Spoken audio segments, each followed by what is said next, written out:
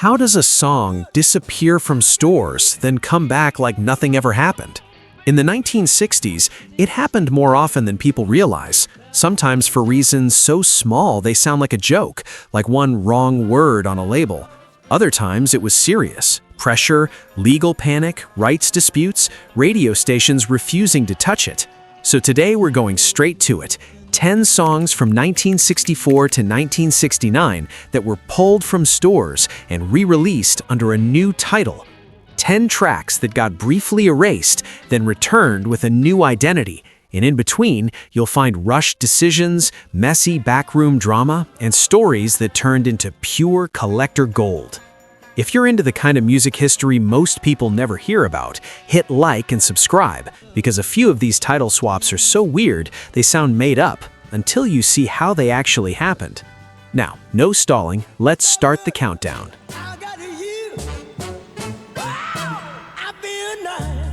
Number 10. Agent 00 Soul, Edwin Starr, 1965. In 1965, two tiny zeros were enough to turn a perfectly normal 45 into a collector's trophy. Picture it. A DJ pulls the record from its sleeve, squints at the label, and reads, Agent 00 Soul. On air, it comes out as Agent 00 Soul. And suddenly the label realizes it accidentally created nationwide confusion. The funny part is, the record was built to be easy to sell. It was a fast, punchy soul track riding the James Bond wave, released right as anticipation for Thunderball was heating up. And it worked. Agent 00 Soul hit the charts, reaching the R&B top 10 and landing on the Hot 100 as well. But for collectors, there's a first life of this song that most people never saw.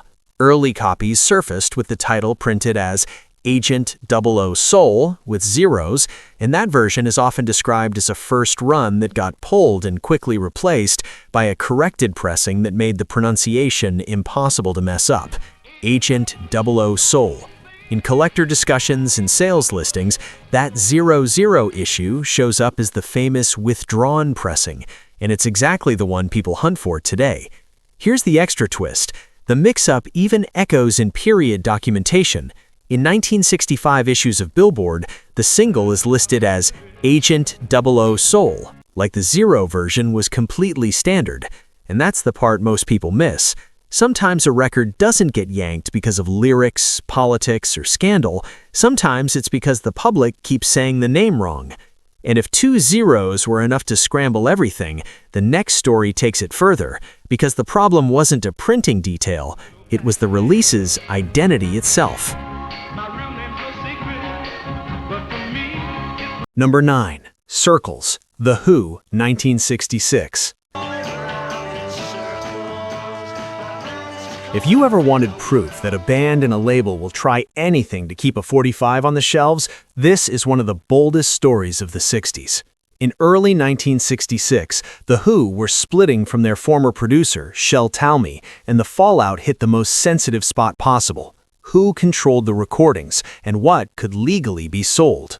They launched Substitute on their new label, Reaction, with Circles on the B-side, and almost instantly the brakes slammed on.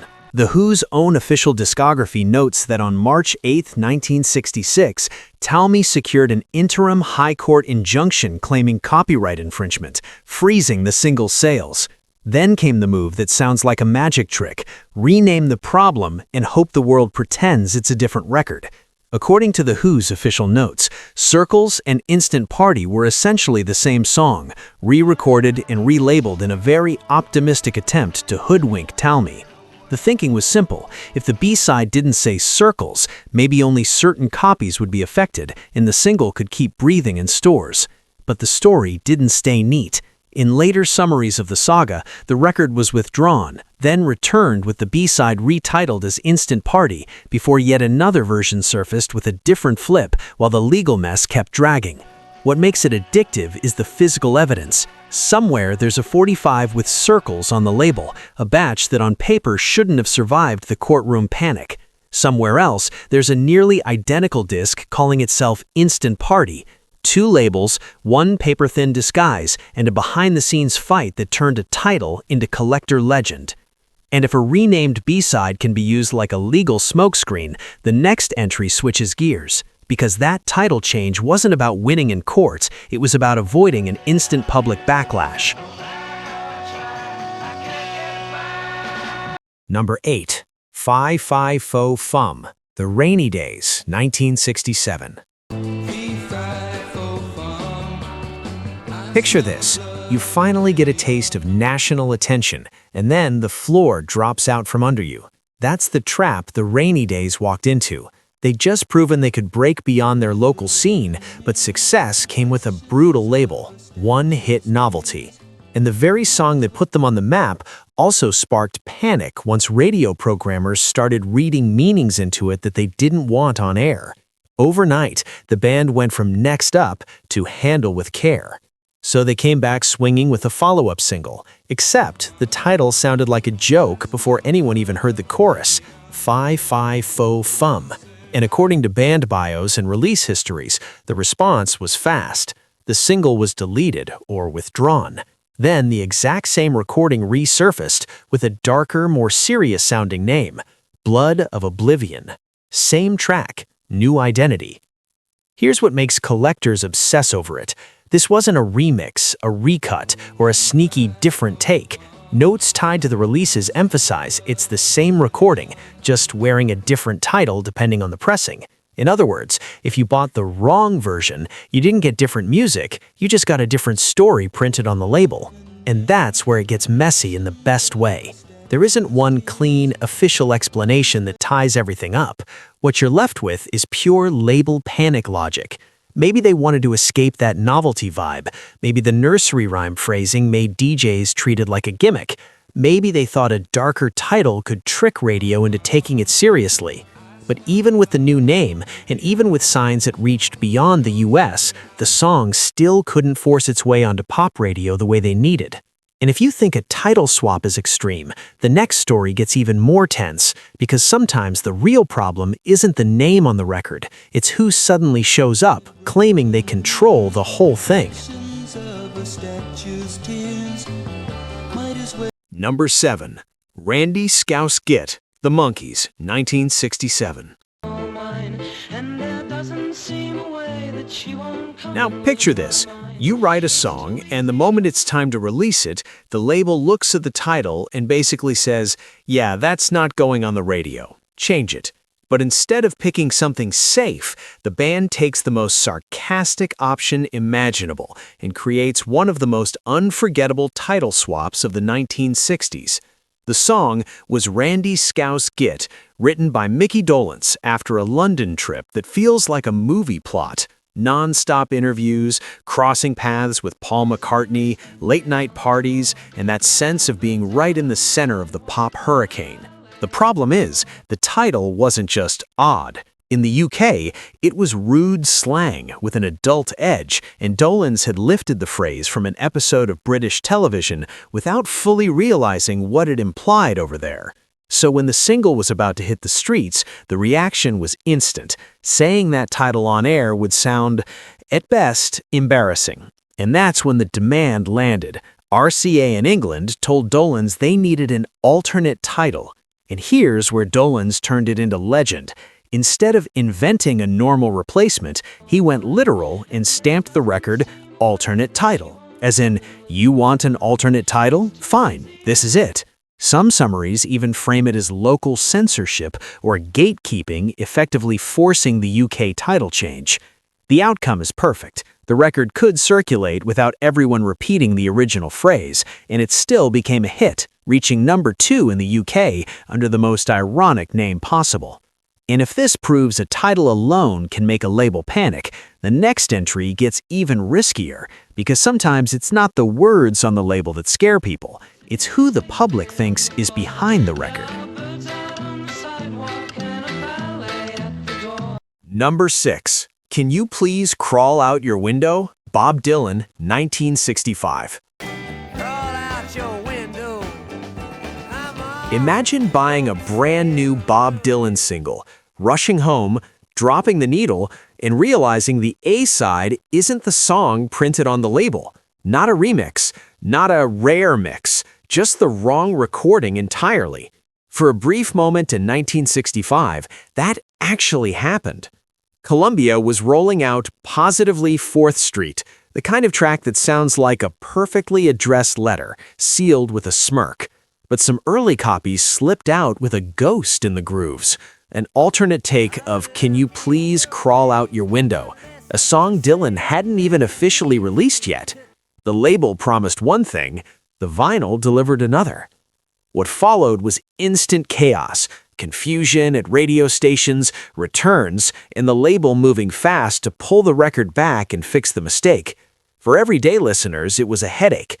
For collectors, it became legend. And the weirdest part is how analog leakage turned into a real timeline twist. The song escaped under the wrong identity, got yanked, and then reappeared in the world as itself. Because Dylan didn't let that track vanish, he revisited it, cut a proper single version with the musicians who would be known as the Hawks, and by the end of 1965, it finally arrived the way it was supposed to, released as its own single under its real name, Can You Please Crawl Out Your Window? In other words, a song that briefly wore the wrong title, was pulled back into the shadows, then returned with a new official identity. And if this kind of now you hear it, now you don't moment could happen to Dylan, one of the biggest names in the era, just imagine what labels were willing to do when controversy, censorship, or panic hit a smaller artist with less power. Number 5. I Got You, James Brown, 1964. If there's one sound that feels downright unstoppable, it's the scream that kicks off I Feel Good. But the wild part is this. Before it became an anthem, the song nearly vanished, not because it wasn't great, but because of contracts, lawyers, and a court order. In the label chaos of the mid-60s, James Brown got caught in a tense dispute with King Records and, for a short stretch, recorded material connected to Smash. That's where an earlier version of the idea was born, circulating under the simpler title, I Got You, with a noticeably different feel. It's more jagged, more restless, like the groove is trying to sprint while someone keeps yanking it back by the collar. The plan was obvious, press it as a single and get it into stores fast. But that plan didn't last. As the contract fight tightened, the single release was blocked and effectively pulled before it could truly spread. And here's the detail that sounds like a movie twist. Even though it was locked up as a single, the recording didn't disappear quietly. James Brown and the Famous Flames appeared in the film Ski Party, lip-syncing to that very forbidden Smash version, a performance you could watch on screen, while the record itself couldn't be sold the way it was meant to be. But James Brown was never the kind of artist who accepts that as the ending. Once the dust settled, the same spark came back with a new name and a clearer runway. In 1965, the concept re-emerged as I Got You, I Feel Good, now officially released as a single, now positioned as the definitive version, built for radio and ready to become a signature. It was the same lightning, reintroduced to the world under a new title, with the legal roadblocks finally out of the way. In the strangest part, that new title didn't just feel like marketing, it felt like a stamp, like Brown was saying, all right, now nobody gets to take this from me. But not every title change came from legal battles. The next story involves a different kind of pressure, and it forced a much more immediate rewrite. Number 4. Snoopy versus the Red Baron, the Royal Guardsman, 1966. Now picture this. You finally have a potential hit on your hands, except it leans on the name of a beloved newspaper character, and nobody's sure if you're even allowed to do that. In 1966, Snoopy versus the Red Baron sounded like the perfect lightning-in-a-bottle idea. Fast, catchy, packed with sound effects, and built around a character people instantly recognized. But the record wasn't just playing with the Red Baron. It was playing with a legal headache that could have stopped everything cold. And here's the twist that drops it right into the theme of this video. While the right situation was being sorted out, the label didn't just sit there and hope for the best. In an interview, Royal Guardsman member Barry Winslow explained that Squeaky vs. the Black Knight was done quickly to keep the momentum moving, basically a rushed Plan B put into motion in case the Snoopy name became a deal-breaker. It's like the single went into witness protection. Rename the character, rename the battle, and keep the record selling like nothing happened. What makes it even wilder is that by some accounts, Canada didn't move forward with the Snoopy version until the legal concerns were smoothed out, and that's where the alternate title could actually step in and do the job.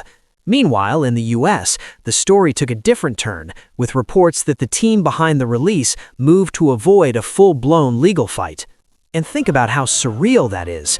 You walk into a shop to buy what you heard on the radio, and the same hit might show up wearing a different name just to survive. But the next case takes this erase and print logic even further, because next time, the problem isn't a famous character, it's the sheer panic over what the public would think the title meant. Number 3. The Good Guys Theme, Dave Lewis Trio, 1964.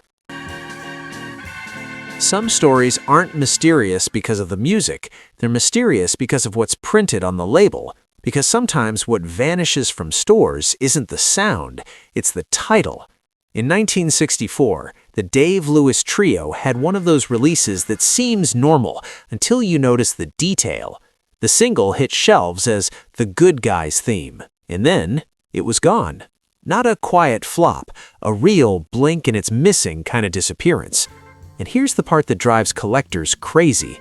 The recording didn't die, it came back to market with the same vibe, the same instrumental, just wearing a new identity. A fresh name pasted over the situation like nothing ever happened. Little Green Thing. Why is that so fascinating? Because the Good Guys theme sounds attached to something, like it's tied to a specific campaign, a radio brand, a show segment, a mascot, a slogan, something that might have created headaches once the record was out in the wild. And when a title feels too locked to a context, labels don't always remix or re-record. Sometimes they do the fastest thing possible. They rename it. Swap the label copy, make it more marketable, more neutral, easier to spin without explanations, and push it right back into the world. In the end, it became two different stories just because of a few words on paper, and that's exactly why this belongs on the list. In the vinyl era, a title could be the difference between existing and being erased.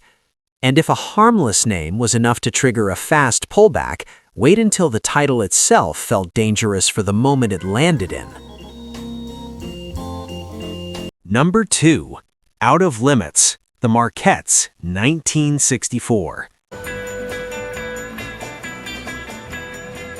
For a brief moment, this record existed under a different name, and that tiny detail nearly turned into a legal headache.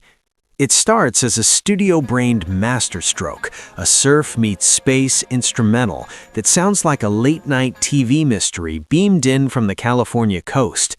But the track's signature didn't feel entirely safe. The main riff carries that unmistakable suspense TV DNA, and it caught the attention of exactly the wrong people. The earliest copies went out with a title that leaned straight into the sci-fi craze of the era.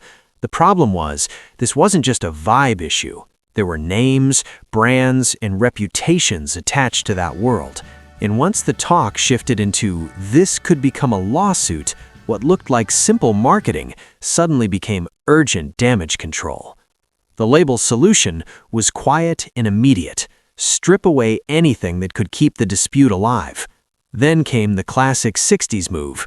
Pull it, fix it, and slide it back into stores under a new title, as if the first version never happened.